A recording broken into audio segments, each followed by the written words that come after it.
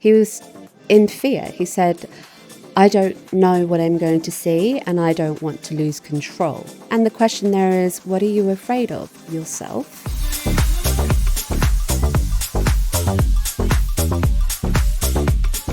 Welcome to another episode of Relentless Life on Your Terms Season 5. I have joining me today Saarika, Chotai. How are you? Good, I'm good, thanks. You? Now, we recently met through a club that we go to called Club of United Business, where all entrepreneurs meet, and we had a chat, and I was very fascinated what you do, and I wanted to share all of your experiences and a bit about your journey as an entrepreneur. So take us from the start and walk us all the way through. Yep. So I'm from London, born to immigrant parents who actually grew up in Kenya. And prior to that was from India. And so growing up in the UK, in very small towns, I ended up being the only brown child at school. And, very quickly learning that there was a point of difference there. And, my parents were in business, both of them together, and they wanted me to do well at school. What sort of business were they in? They were in retail, essentially. Yeah, so retail, and then they ended up in property themselves. And they worked really hard. However, during that time, they had to move around quite a bit for their business. So I ended up going to 8 different schools. Which actually probably makes me very transient. Makes you resilient as well. So that having all those obstacles thrown at you at a young age, you learn to be more resilient and adopt. I would imagine. Yeah, absolutely. You put yourself into very unique situations, very new. Uncomfortable. Try to make friends, figure out who's who, and adapting to each environment each time. And my parents did move me from same-sex school to mixed school to private school to back to state school. So I experienced so many different types of people, and all the time realizing how, I guess, I stood out as a brown child. What was your takeaways from each school? Like, what were some of the key things that you learned? So for someone my son was the same, because at a young age he became deaf, so he had to go to a few schools that had Auslan as their language other than English. Then he went to the Victorian Deaf College here on St Kilda Road. Yeah. But he found it very challenging because in some cases he was minority, being ethnic and deaf. Yeah. And he did get a bit picked on and bullied. Yeah. But he did learn a lot. What were some of your takeaways from each of the schools that you went to? Yeah. So I would say the mixed school, mixed boys and girls, I flourished more. The dynamic, although it was a little bit more disruptive with the boys in the class, but you learned how to integrate. When you go to a fully girls' school, it becomes very hormonal, I would say. And I think that imbalance there really doesn't teach us how to harmonize when we go out into the real world. The other thing, the difference between private and state, I actually didn't do very well in private school. And this is my opinion, a lot of elitism, but also prejudice. I experienced a lot of racism. Going to state school, people were more curious and friendly. And that for me was where also I flourished, because I was able to adapt more. Yeah, and fit in and feel more accepted. So there was some differences for sure. Interesting observation, because I went to a private English school in Cyprus when I went there from 9 to 16. I can't tell you how much of my dad's money I wasted going there. I was not a good student. Yeah. Didn't get good grades. I was only good at maths. And I went to a public school here in Australia before I went to Cyprus, and I finished my VCE in Keilor Down Secondary College. For me, I found that was more me. And also, too, I felt a lot less bad because my dad was spending so much money sending me to the grammar school in Cyprus, and it wasn't helping my English or my grades that well. But I think I did make some great friendships and connections there. Yeah. So I think it was different. But my girls now, I've got 3 girls, and they go to a private all-girls school. Yeah. And I always wonder, is co-ed better because life is co-ed? But they go to a great school. But it's always a question I ask myself. And it's interesting. You've done private, public, co-ed, all girls. So you've actually physically experienced all the above. Yeah. And you felt you thrived more in the public when you were at a public school that Public was and co-ed. mixed. Yeah. Interesting. Yeah, absolutely. Yeah, it definitely stood out to me. And what made you want to become an entrepreneur? So you saw your parents, you Mm, traveled around, you've picked up a lot of skills, you've become resilient. yes. Here you are growing up, learning different skills. What made you say, hey, I want to become an entrepreneur? I honestly think that it's part of my DNA.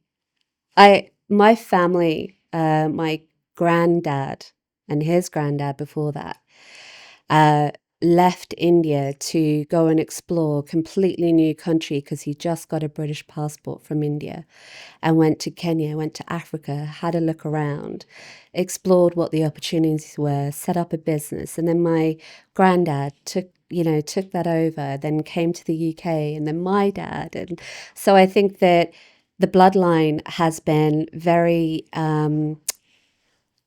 not afraid to travel to find new opportunities and always curious to try new things. So I've seen my parents particularly flourish and then lose it all. They went through a bankruptcy when I was around 12, and then they built themselves back up again. And going from 12-year-old all the way up until, I was an adult, I saw them work so hard to build that back. And I worked with them.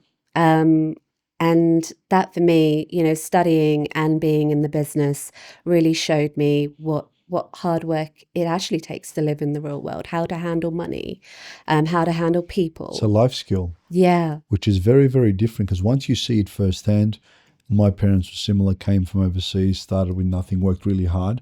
I physically witnessed that. Yeah. And that instilled something in me and my siblings that no book, no course, it's something that you must physically see and experience, in my opinion, to really understand the dynamics of having nothing, hard work, appreciating it, and building something special. Yeah. Yeah. I mean, I even remember when we were going through the period of bankruptcy and not having any money, I used to sit with my parents in the dining room and we used to package electrical goods for the electrical store. So we would put them in the little sleeve, put the packaging and the labels, staple it, and then bag it. And we were getting paid per pack, essentially. And the whole family chipped in to make money. And, you know, I I lost a lot of my childhood by not playing, not watching those video movies and things like that. And but I don't. I see so much value in the experiences that I did have. Well, it built a foundation which you're obviously taking into your adult life and beyond. So going back to I know you've worked with some big global brands. Yes. I know you're into sales and Yes. you're into medicinal products and psychedelics. Tell us a bit about each of that journey and how that's helped and shaped you. Yeah, of course. So in London, I found my career started in the agency world. And so I worked for various brands such as Samsung. I ended up working with Westfield, launching their first site in London and being a part of some massive projects. And the way that I got there actually was by doing a lot of free work experience and not getting paid, but finding them in the yellow pages and inquiring and getting the work experience. But then once I started adding that to my CV and my repertoire, I ended up getting paid. How long did you do that for? Pardon? How long did you do that for? Free work? I would say I did 6 different jobs for free. And I would say that was over a period of 3 years on and off because I was studying at the same time. So your side hustle, in essence, started as a free gig to gain experience to then go into the world. So you thought, you know what, I need to gain experience. I'm happy to donate my time so I can gather that experience while I'm studying. So over a 3-year period, your side hustle was to gain experience at the cost of your time. Yeah. And then that obviously opened other doors for you. It did. Fascinating. And it's interesting as I'm thinking about it because I actually think the reason why I did that was to get away from my parents' business and actually try something different. And Hmm. I wasn't afraid of hard work. So that I think proved it in itself. So yes, I ended up working for some amazing brands over in London. And as I was working for Westfield, I was going to go traveling before they launched the Olympic site, and they offered me the job to do the Olympic site. But I was at that age where I was like, I've worked so hard. Now I'm going to go travel at the age of 28. So ended up traveling, and my whole team at Westfield in London said, why are you not going to Australia? You're finishing in Singapore. So I did the whole of Africa, Asia, China, finished in Singapore. And they said, go to Australia and get a working holiday visa. And that's how I landed in How Australia. long ago was that? That was 2010. So 13 or 14 years ago. Yeah. Wow. Yeah. And then from there, you started. You were in sales. I was, yeah, actually in a creative business, so events. I worked on MasterChef Live, Better Homes and Gardens, Top Gear, Fashion Weekend, and then Rick Stein and Jamie Oliver also did a tour here, and I was in charge of their sponsorship. So my job was to go out there and pitch and win new business and put the brands attached to the events.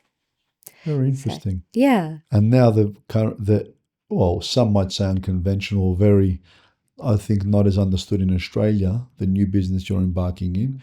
And I know you said something which always fascinates me when you always said passion comes before profits is something you should love. Tell us a bit about that. Yes. So now that I work with several founders and CEOs, when we're embarking on looking at business growth, they always have, say, quite a lofty goal. Say they want to reach 1 million of new business, or 10 or 50, whatever it is that they want to achieve. There's always a dollar amount attached to it. And it only after I'd had experienced what is called ayahuasca, which is a plant medicine from the Amazon. And I discovered this when I was working in the Silicon Valley for a few years. And it's in that society. There's a lot of entrepreneurs. There's a lot of tech startups and people exploring new, and maybe not so new because it's actually ancient, but alternative ways Probably, to expand their mind. And when I did it, it really actually took me through a journey of why are you doing what you do? Why are you chasing it's the money? introspection. Hmm? So you're looking within Introspection. yourself, yeah. Massive introspection. So some people are uncomfortable with that. Very. And it's not comfortable, I It have to opens different say. neural pathways in your brain that some people don't want to understand. That and I remember we spoke about this at Cubs. Steve Jobs was a big believer in opening different neural pathways. And when he would do interviews to people, ask them, have you ever done like a psychedelic or whatever the case, Yeah. different things.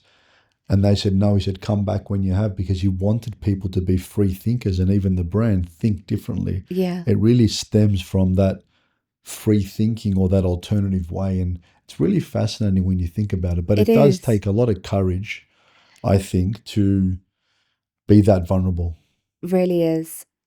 One of the memories that I have is when we were about 2 ceremonies in, a young guy said, I'm not seeing anything or feeling anything. Why is that? And the shaman said, are you closing your eyes? Because the whole process is about when you close your eyes, you submit to the medicine, and that's when you go on a journey of seeing and feeling things. And you're not entrapped in that. You can open your eyes and know exactly where you are at any moment. So, but it is kind of like a dream state. But he wasn't closing his eyes, and the shaman said, why? Maybe he was scared. He was. He was in fear. He said, I don't know what I'm going to see, and I don't want to lose control. It's mainly a control thing. Yes. And the question there is, what are you afraid of? Yourself? So it was really powerful. He ended up closing his eyes for the final ceremony. And when he came out, he just had this massive smile on his face. And he was like, I wish I had closed my eyes before. So it is, I would say, the most difficult, yet the most beautiful thing I have ever done. but it's not for everyone. It is. How do you know if it's for you then? So there's this thing in the psychedelic world, or this, where people say you feel called to it. It's like you might hear about it, but then people who hear about it, they might put it in a box and never really think about it again. But when I heard about it, I was actually in Thailand after I had experienced some psilocybin, which was mushrooms, magic mushrooms, very popular in the 70s. And, I know that a lot of people still do it today. But after that, I had a revelation. And from that, someone said to me, "Have you ever heard of ayahuasca?" And I was like, "No, what is that?" And Would they all be only, in the shagadelic realm, these things we're talking about? It's kind of all in yeah, the same basket? it is in the same basket. Yep, Yeah, slightly different strains and yep. variants. There's also DMT MEO5, which is very short bursts of revelation. And that's done also in a shamanic setting, which you inhale that. But with ayahuasca, you're like drinking a brew, and you drink only a small amount. And that trip journey ceremony would last for, say, 5 to 6 hours. But then afterwards, the whole day afterwards, because you technically should do it at night time, afterwards, you are still feeling the remnants. And I still, after leaving the retreat, for 3 months afterwards, I felt so different. So, so much so that I stopped socializing with my friends. I would find myself in the park wanting to put my With feet in nature. the But grass, did and you find that as a good thing or a good experience? it was tough because I felt like I was split between my old self and my new self because of the revelations. Would you do it again? Yes, Hmm. yes, Interesting. but I've done enough ceremonies for now to live my life now as it is, but to go forward and do another one, I think that there would be a time where I go, now's a good time. It's not something that you can get addicted to, nor should you be. I don't believe it's something that you do. Some people like Will Smith, he's done 14 ceremonies, Is that a lot? and he did them back to back. Is that a lot? That is a lot. I recommend three over an 8-day period, but he went to work on himself, He did evidently. 14 back to back to back and he's never done it before Yeah, over a short period of time. yeah. That's insane. He did that during, I think, around the time that there was trouble in his marriage. That's very Um, well documented and yeah, there's it a lot. is. Yeah, I mean, each to their own, I guess, whatever works, but that's pretty excessive. But hopefully it worked Yeah. well for him. Yeah, I mean, there are people that go to the Amazon and they will stay there for a whole month, 30 days. And during that time, they will do quite a few ceremonies. So it's not unheard of. It is important that you are in nature, that, you don't just do it at home. You go and you experience it. And I believe you should do it the traditional way, with the shamans, and they take you through the journey. These And in groups or just one on one, you and the yeah, there's shaman? there's groups. You can do them one on one, but typically there's group sizes anywhere from, there's large ones which are around 20. But Plus the shaman, yeah, obviously. it's very big, and I don't actually think that's the best environment. My idea for when I want to have my retreats, we will have 8 people. So you run these retreats, but they're not in Australia, they're overseas. Yes. And some areas were, you've had South America. Yeah, so South America, Portugal are my primary locations. So Costa Rica Have you done a few? and Portugal. We've only done a couple because I haven't promoted it, and it's not something I'm sure about promoting because, like I say, it's something that you're called to. So I would rather people reached out based on what they were feeling, or if they had something inclined for them that they wanted to You work know, on. when you said, and I think this accounts for anything, coaching in life, sometimes you hear something, but you don't understand it or you're not ready to hear it. So I remember in my younger days, I wouldn't comprehend certain things at school, but I came to the conclusion when I left school was when I started to really study, Mhm. read a lot of books. I was ready to absorb that information And even in my coaching and mentoring over the years, people would tell me the same thing 2, 3 times, but I'd start to understand it. I'll start to welcome that information or understand that information. Mm. And the conclusion that I came, maybe when I was younger at school, I didn't understand certain things. I always thought I was 2, 3 years behind everyone. I wasn't wanting to learn that or wanting to understand it. I wasn't ready. Yeah. And I think this would definitely fall in that category that if you're not ready to accept or go down such a journey, it would be daunting for a lot of people. And you'd probably It have to is. wait till either a calling or you're ready to understand it, you're more open-minded. It might be one of those things. Yeah. I think that you'd have to be at a place in your life where you're willing to go through something very uncomfortable to realize something amazing.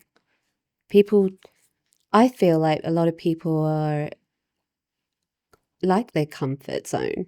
But no greatness has ever stemmed from comfort. I always used to say to my clients, I used to draw a circle and put A, Yeah. and I used to draw a circle and go B. The only way to get from A to B is to go out of your comfort zone and go to B. You can never do it through staying within this bubble, which is the confines of your home, your couch. Yeah. You need to get out of your couch, Yeah. go into an office, make an appointment, ask the uncomfortable questions and start investing. I used to always use that example. Can I just ask, because it's intrigued me, what did Will Smith say happened after all these sessions? Did he document or did he say anything about it? Because I know you just wrote a book. I haven't read it, but I heard it's amazing. Do you Yeah. know what he said about these And experiences? it's not just Will Smith. I know Prince Harry, Elon Musk. You mentioned Steve Jobs. So that Joe Rogan obviously raves about it as well. So there are people out there. It's like the feedback that you get from it, and it's varied, but most people feel a sense of mother nature. The word mother being really important. The energy feels very female and very loving. The experience in itself, it can help you with things like grief, addiction, trauma, PTSD. So those things there that, are very personal to me, some of those things gave me such enlightenment. I was able to let go of grief that I was holding on to since I was a child. And that might sound really daunting to someone, but the release just felt so cathartic. And now I know I have put that to bed. It was a situation that I might cry over every now and then and think of that person or that situation.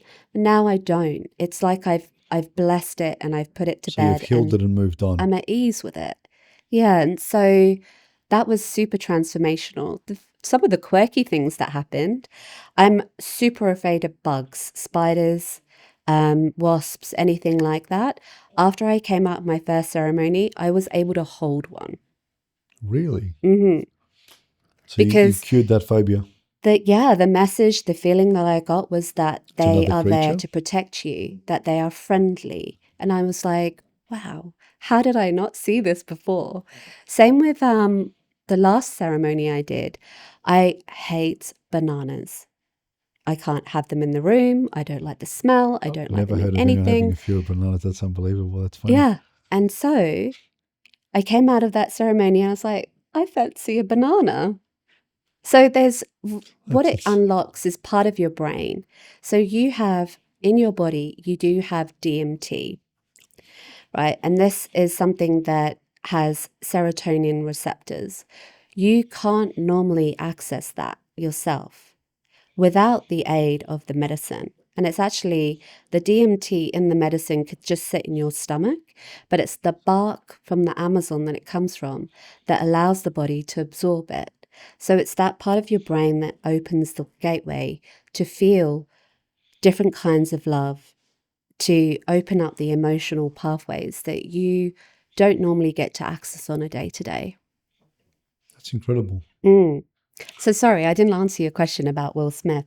I actually don't know what his realizations were, but I think it was really profound that he did 14 I was about ceremonies. to say, I hope there was something after 14 on Oh the yeah. bounce. You would think that he wouldn't stay if it wasn't worthwhile. I remember wanting to leave at one point during after one of my ceremonies, and I'm really glad that I stayed because there was a lesson learnt to staying through the discomfort. Going back to the original part, Yeah. so you went for sales, and your main core business now involves. Yeah, so it's called the Untapped Space. Yep. And we do sales very differently. There's a lot of cold outreach. What the kind of sales that we're working on is those larger deal sizes, B2B engagement. So we predominantly work with creative agencies and startups who essentially want to secure that large deal. So anything over 100K up to $1 million, perhaps. It depends on the goal. What do you teach someone that's going for a big deal? Yes. So first and foremost, if you want a quality lead and a quality conversation, you have to really think about the quality in that which you put in to the outreach, in the way that you reach out to someone. So to stand out in the market, because say you wanted to reach out to marketing managers at the top finance companies in Australia, they're all inundated, their inbox, their phone. They're being approached all the time by every single agency who wants to work for them. So what we do is we create and craft a campaign to reach out to them so that when we reach out to them, it's warm. So you look like a blue sea of opportunity. You're not like everything else. So Yeah. they use, how do you make a cow stack, make it pink so you can actually stand out? So you help them craft a message that will grab attention that's very, very different to everything else. Yeah. How do you do that? Okay, so there's the marketing and the positioning is really important Of to course, any yeah. sales campaign. So what is the message that you want to give to that person? We have to really think about their day-to-day and the problems that they're going through and how you can actually help solve those problems. You've got to cut through the noise really quick. If you're going for a big sale, Yeah. in my experience and from what I've seen, people want you to get to the chase. How can you help me? How long? How much? Yes. That's kind of how I operate as well. Yeah, absolutely. So every touch point, and we call it a sales stack. So we have email, LinkedIn, phone calls, and posts. So sending something physical in the post. And what's important about this is that the campaign threads all the way through it. And each component, we have to think that people are time poor, they skim read, and they get approached all the time. There's a lot of noise. So what we want to do is make sure we get the message across quickly. People write really long emails, or they sound too salesy. I don't actually read them. I went to a seminar, and this guy was a president at a university in America. 6 lines, he goes, I don't read anything more than 6 lines. Exactly. He responds back and say, rewrite it.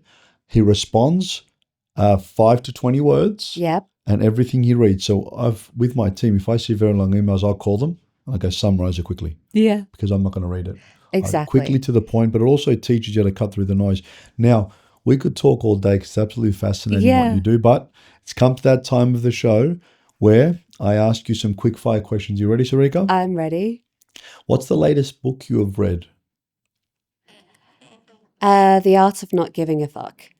Very subdued. There's a couple of them. By what was the author? Subdued Art of Not Giving a Fuck. It's an orange cover. Yes, it is. I know. Coffee or tea? Coffee. Favorite way to relax after a long day? Walking my dog. Beach vacation or mountain getaway? Mountain. I think I know this one. Dogs or cats? Dogs and cats. I have 2. There you go. Sorry, cats. Are you an early bird or a night owl? Both at the moment. What's one skill that you wish you had? The ability to enjoy going to the gym every day. Favorite movie of all time? Forrest Gump. What's your favorite season of the year? Season. Yep. Autumn. Sweet or savory? Savory. Yep. Definitely. Mountain or beaches? Mountain. What's your favorite hobby or pastime? My favorite hobby or pastime? Cooking. iPhone or Android? Android. One piece of advice you've been given that you would like to share? Is the juice worth the squeeze? We think about putting effort into something.